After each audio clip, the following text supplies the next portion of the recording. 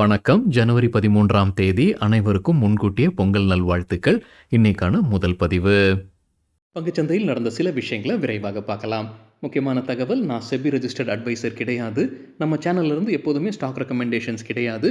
YouTube channel மட்டும் இல்லைங்க, மற்ற சோஷியல் மீடியா பிளாட்ஃபார்மான இன்ஸ்டாகிராம், வாட்ஸ்அப், டெலிகிராம்ல இருந்து கூட நாம ஸ்டாக் ரெக்கமெண்டேஷன்ஸ் வழங்குவதில்லை. மேலும் பணத்தை வாங்கிட்டு எந்த சேவையும் வழங்குவது இல்லை.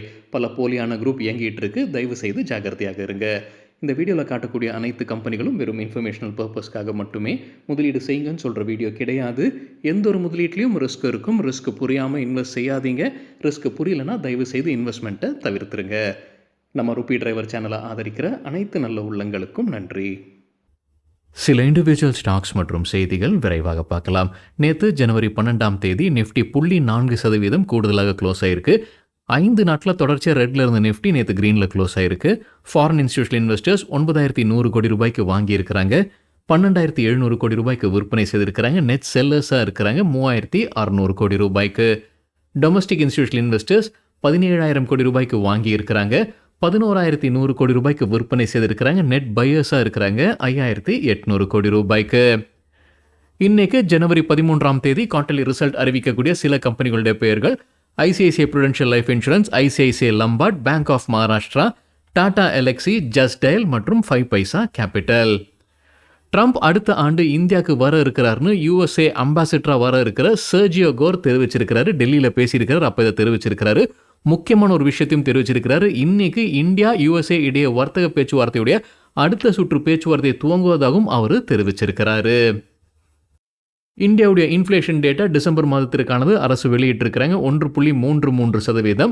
நவம்பர் மாதத்தில் 0.7% இருந்தது. டிசம்பர் மாதத்தில் 1.33%. கடந்த 3 மாதத்தில் ஹையஸ்ட்டாக டிசம்பர் மாதத்தில் தான் இருக்கு. RBI டார்கெட் வைத்திருப்பது 2% குறைவாக தான் இருக்கணும். ஸோ அதுக்குள்ளார தான் வந்துகிட்டு இருக்கு.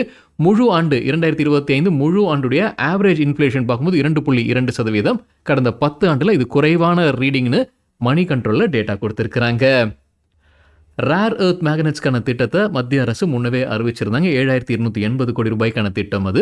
அதற்கான ரிக்வஸ்ட் ஃபார் ப்ரொபோசலுக்கான கடைசி கட்ட வேலையில் இப்போ இருக்கிறாங்கன்னு எக்கனாமிக் டைம்ஸில் தகவல் கொடுத்துருக்காங்க. மத்திய அமைச்சர் minister for heavy industries and steel HT Kumaraswamy இது குறித்து தெரிவிச்சிருக்கிறாருன்ற தகவல் எக்கனாமிக் டைம்ஸில் கொடுத்துருக்காங்க. TCS டாடா கன்சல்டன்சி சர்வீசஸ் அவங்களுடைய குவார்ட்டர்லி ரிசல்ட்டை நேற்று அறிவிச்சிருக்கிறாங்க. மார்க்கெட் முடிந்ததற்கு பிறகு தான் அவங்க ரிசல்ட்டை அறிவிச்சிருக்கிறாங்க. ப்ராஃபிட் எஸ்டிமேட்டை காட்டிலும் குறைவாகத்தான் அறிவிச்சிருக்கிறாங்க. ஆனால் பம்பர் டிவிடெண்ட் அறிவிச்சிருக்கிறாங்க TCS. ஒட்டுமொத்த ஹெட் கவுண்ட் இந்த குவார்ட்டர் முடிவில் 11151 குறைஞ்சிருக்கு. அதாவது 5,82,163 ஹெட் கவுண்டாக இருக்குது Q3 முடிவில். Q2 ஒப்பிடும்போது 11151 குறைவாக இருக்குது. அட்ரிஷன் ரேட் அதிகரிச்சிருக்கு 13.5% Q3ல. Q2ல அதாவது போன குவார்ட்டரில் 13.3% இருந்தது. ரிசல்ட்டுடைய டேட்டா பார்க்கும்போது கன்சாலிடேட்டட் பேசிஸில் ரெவென்யூ 67,087 கோடி ரூபாய், குவார்டர் ஆன் குவார்ட்டர் 2% அதிகரித்தது. எதிர்பார்த்த கன்சாலிடேட்டட் ரெவென்யூ 66,893, அதை காட்டிலும் அதிகமாகவே அறிவிச்சிருக்கிறாங்க. ஆனால் நெட் ப்ராஃபிட் 10,657 கோடி ரூபாய், குவார்டர் ஆன் குவார்ட்டர் 12% விழுந்திருக்கு. மணிக்கும் 12% வீழ்ச்சியாக பார்த்துருக்கு. எதிர்பார்த்தது 12,868 கோடி ரூபாய், எதிர்பார்த்ததிலும் குறைவாகத்தான் அறிவிச்சிருக்கிறாங்க நெட் ப்ராஃபிட்டுடைய டேட்டா. டிவிடெண்ட் 11 ரூபாய் அறிவிச்சிருக்கிறாங்க. அது அல்லாமல் ஸ்பெஷல் டிவிடெண்ட் கூடுதலாக கொடுக்குறாங்க 46 ரூபாய். ஒட்டுமொத்தமாக 57 ரூபாய் டிவிடெண்ட் அறிவிச்சிருக்கிறாங்க. அதற்கான ரெக்கார்ட் டேட் ஜனவரி 17ஆம் தேதி. அதானி பவருக்கு JM ஃபினான்ஷியல் கவரேஜ் இனிஷியேட் பண்ணியிருக்கிறாங்க. அவங்க பை ரேட்டிங் கொடுக்குறாங்க. எதிர்பார்க்குற டார்கெட் 178. தற்போதைய லெவலில் இருந்து ஒப்பிடும்போது 25% அதிகரிப்பதற்கான வாய்ப்பு இருக்குன்னு கருதுறாங்க JM ஃபினான்ஷியல். பாரத் கோக்கிங் கோல் IPO குறித்தான தகவல் நேற்று 2வது நாள் முடிவில் ஒட்டுமொத்த சப்ஸ்கிரிப்ஷன் 33 மடங்கு ஆகியிருக்கு. ரீட்டைல் கேட்டகரி மட்டும் 27 மடங்கு ஆகியிருக்கு.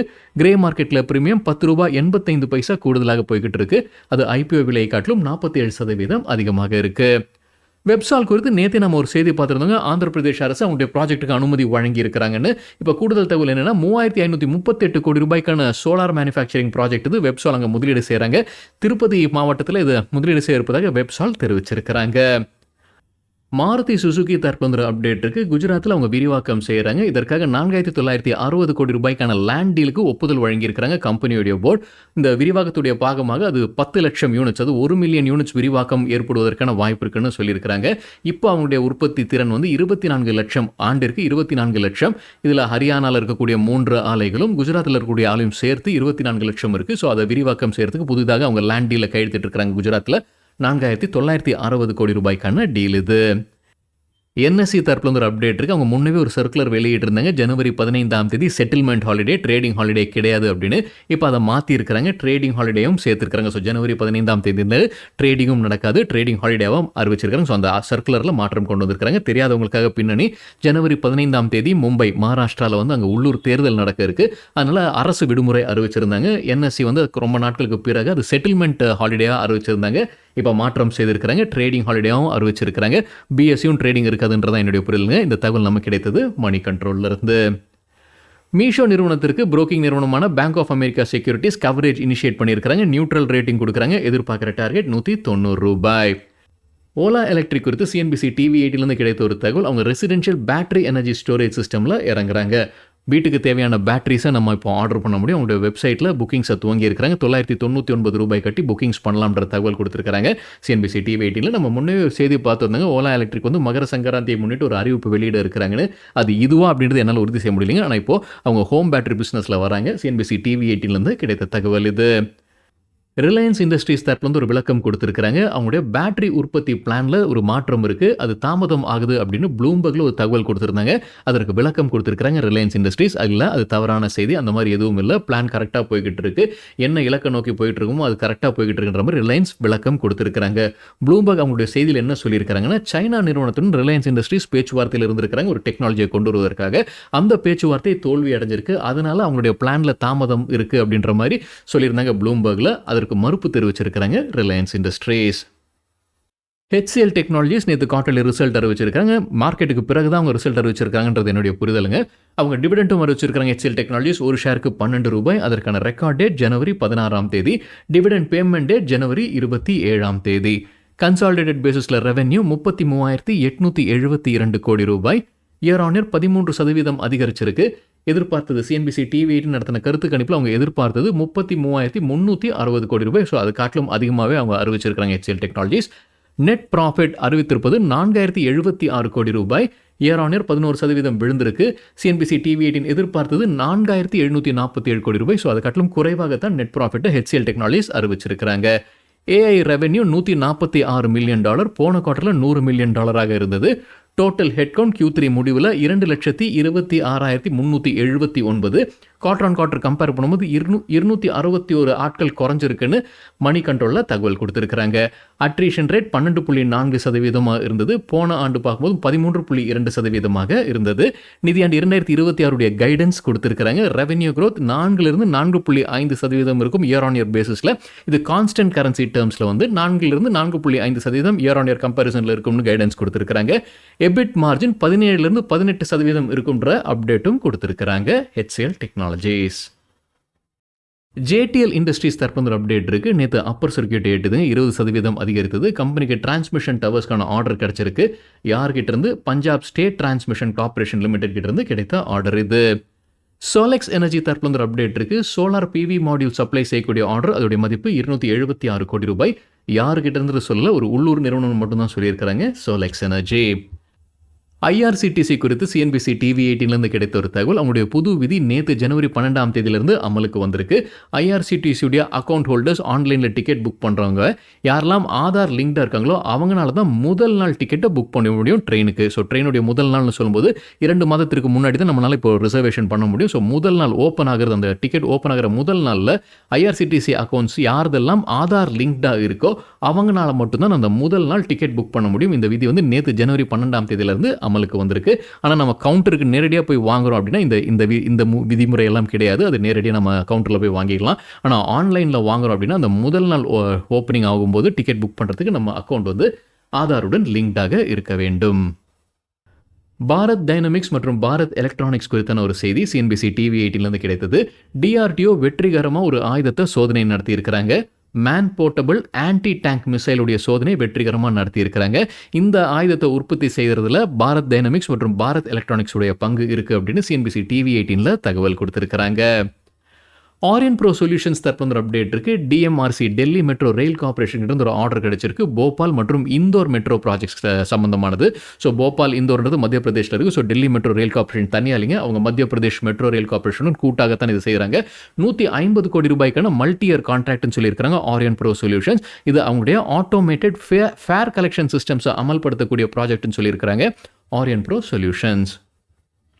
ஆலம்பிக் ஃபார்மா தரப்பு ஒரு அப்டேட் இருக்கு. கேன்சர் சிகிச்சைக்கு பயன்படுத்தக்கூடிய ஒரு மருந்துக்கு United States Food and Drug Administration tentative approval வழங்கியிருப்பதாக தெரிவிச்சிருக்காங்க Alembic pharma. State Bank of இந்தியாவுக்கு மெக்வரி ரேட்டிங்கை அப்கிரேட் பண்ணியிருக்காங்க. அண்டர் பர்ஃபார்ம்லேருந்து அவுட் பர்ஃபார்மாக உயர்த்தி இருக்கிறாங்க. எதிர்பார்க்குற டார்கெட் 1150 ரூபாய். அதே போல் பேடிஎம்க்கும் மெக்வரி ரேட்டிங்கை அப்கிரேட் பண்ணியிருக்காங்க. அண்டர் பர்ஃபார்ம்லேருந்து நியூட்ரலாக உயர்த்தி இருக்கிறாங்க. எதிர்பார்க்குற டார்கெட் 1265. இப்போ பேடிஎம் கிட்டத்தட்ட அந்த லெவலில் தான் ட்ரேட் ஆகிட்டு இருக்கு. வேறு சில நிறுவனங்களுக்கும் மெக்வரி அவங்களுடைய ரேட்டிங் கொடுத்துருக்காங்க. ஹெச்டிஎஃப்சி லைஃப் இன்சூரன்ஸ்க்கு மெக்வரி அப்கிரேட் பண்ணியிருக்காங்க. அண்டர் பர்ஃபார்ம்லேருந்து அவுட் பர்ஃபார்மாக உயர்த்தி இருக்கிறாங்க. டார்கெட் 900 ரூபாய். ஆனால் பந்தன் பேங்க்குடைய ரேட்டிங்கை டவுன் கிரேட் பண்ணியிருக்காங்க மெக்வரி. அவுட் பர்ஃபார்ம்லேருந்து அண்டர் பர்ஃபார்மாக கொண்டு வந்திருக்காங்க. டார்கெட் ப்ரைஸும் குறைச்சிருக்காங்க. புது டார்கெட் 130 ரூபாய். எஸ்பிஐ கார்ட்ஸுடைய ரேட்டிங்கும் டவுன் கிரேட் பண்ணியிருக்காங்க. நியூட்ரல்லேருந்து அண்டர் பர்ஃபார்மாக கொண்டு வந்திருக்காங்க. எதிர்பார்க்குற டார்கெட் 750. தற்போதைய லெவலிருந்து 13% கீழே போகிறதுக்கான வாய்ப்பு இருக்குன்னு கருதுறாங்க மெக்வரி எஸ்பிஐ கார்ட்ஸ்க்கு. கெய்னர்ஸ் வித் ஹை வால்யூம் பட்டியலை விரைவாக பார்க்கலாம். இது நேத்துக்கான டேட்டா. இஃப்கி லிமிடெட் 15% அதிகரித்தது. ஃபோர்ஸ் மோட்டார்ஸ் 6%, பிஎஸ்சி 5% அதிகரித்தது. பிரீமியர் எனர்ஜிஸ், வாரி எனர்ஜிஸ் குறித்து நம்ம செய்தி பார்த்துருந்தோம்னு நினைக்கிறேங்க. சைனாவில் பாலிசி மாற்றம் வருது அப்படின்னு 4% அதிகரித்தது. இந்தியன் ரெனியூவபிள் எனர்ஜி அவங்களுடைய குவார்ட்டர்லி ரிசல்ட் ரியாக்ஷனாக இருந்திருக்கலாம், 4% அதிகரித்தது. லிண்டே இந்தியா 3%, கோல் இந்தியா 3% அதிகரித்தது. Chennai petroleum 3%.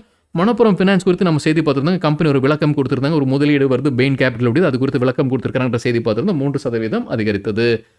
Losers with high volume பட்டியலில் லாரஸ் லேப்ஸ் 4% வீழ்ச்சி.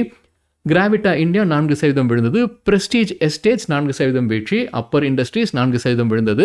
ராடிகோ கைத்தான் 4% விழுந்தது. மகாராஷ்டிரா ஸ்கூட்டர்ஸ் ரிசல்ட் அறிவிச்சிருந்தாங்கன்னு நினைக்கிறேங்க, சரி பார்க்க வேண்டும், 4% விழுந்தது. சிக்னேச்சர் குளோபல் குறித்து நம்ம செய்தி பார்த்துருந்தோங்க. அவங்க கைடன்ஸை முன்ன சொல்லியிருந்தாங்க, அது எட்ட முடியாதுன்ற மாதிரி அவர் அப்டேட் கொடுத்துருந்தாங்க. கம்பெனி தரப்பு 5% வீழ்ச்சியை பார்த்தது.